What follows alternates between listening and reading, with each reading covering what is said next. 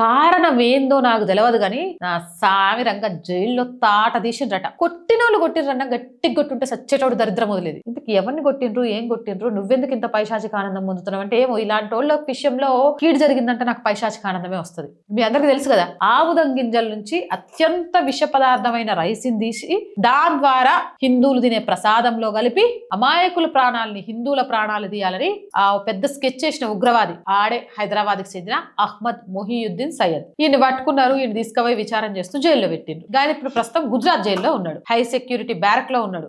ఏమైందో ఏం జరిగిందో ఎందుకో తెలవదులే గాని ఆడు చుట్టూ ఉన్న తోటి ఖైదీలు తుక్కు కొట్టిర్రట. బా కొడితే దెబ్బకు హాస్పిటల్ పాలైందట. అయ్యో, ఇట్లాంటి వాళ్ళు కొట్టిర్రన్న కరెక్ట్ గా చూసి కొట్టాలి. లక్షల మంది ప్రాణాలు తీయాలనుకున్నోడిని వీడిని జైల్లో కూర్చోబెట్టి 3 పేటలు మేపుతాండ్రు. మీరు ఎందుకు కొట్టిర్రో నాకు తెలియదులే కానీ మీరు కొట్టిర్రని చెప్పినందుకు మాత్రం మస్తు ఆనందంగా ఉంది. ఖైదీలైనా సరే దేశద్రోహి మీద ప్రతాపం చూపించేయడం మనుషులు అనిపించుకున్నారు. వీడి ప్రసాదంలో విషం పెట్టాలనుకున్నాడు, నీళ్లలో విషం కలిపి లక్షల మంది ప్రాణాలు తీయాలనుకున్నాడు హిందువులవని. అందుకే రౌండప్ చేసి కన్ఫ్యూజ్ అయ్యి కుళ్ళ పొడిచిండ్రు.